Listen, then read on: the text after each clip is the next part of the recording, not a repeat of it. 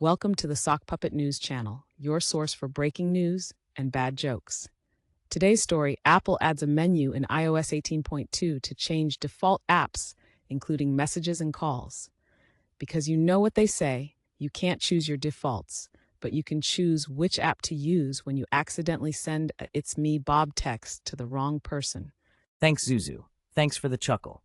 Seriously, though, as the story reads here, manage your default apps for iPhone, including choosing the apps you prefer to use for opening links on the web, sending emails, making contactless payments, and more.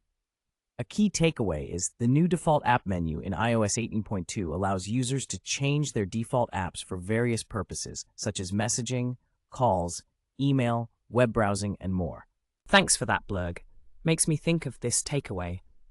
Got to the new apps sections in Settings on iOS 18. Tap on the default apps option under that. It's like a choose-your-own-adventure game for your phone.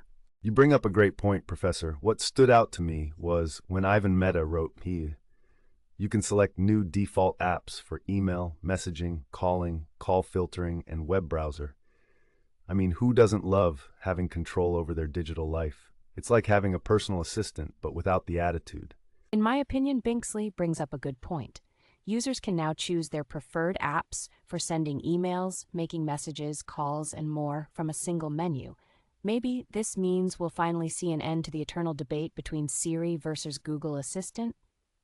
Knock knock. Who's there? Apps. Apps who? Apps standing to be your default choice, it looks like. Well, that concludes another moment of your life wasted on sock knock jokes and news. Don't forget to like, subscribe, and leave your complaints in the comment section.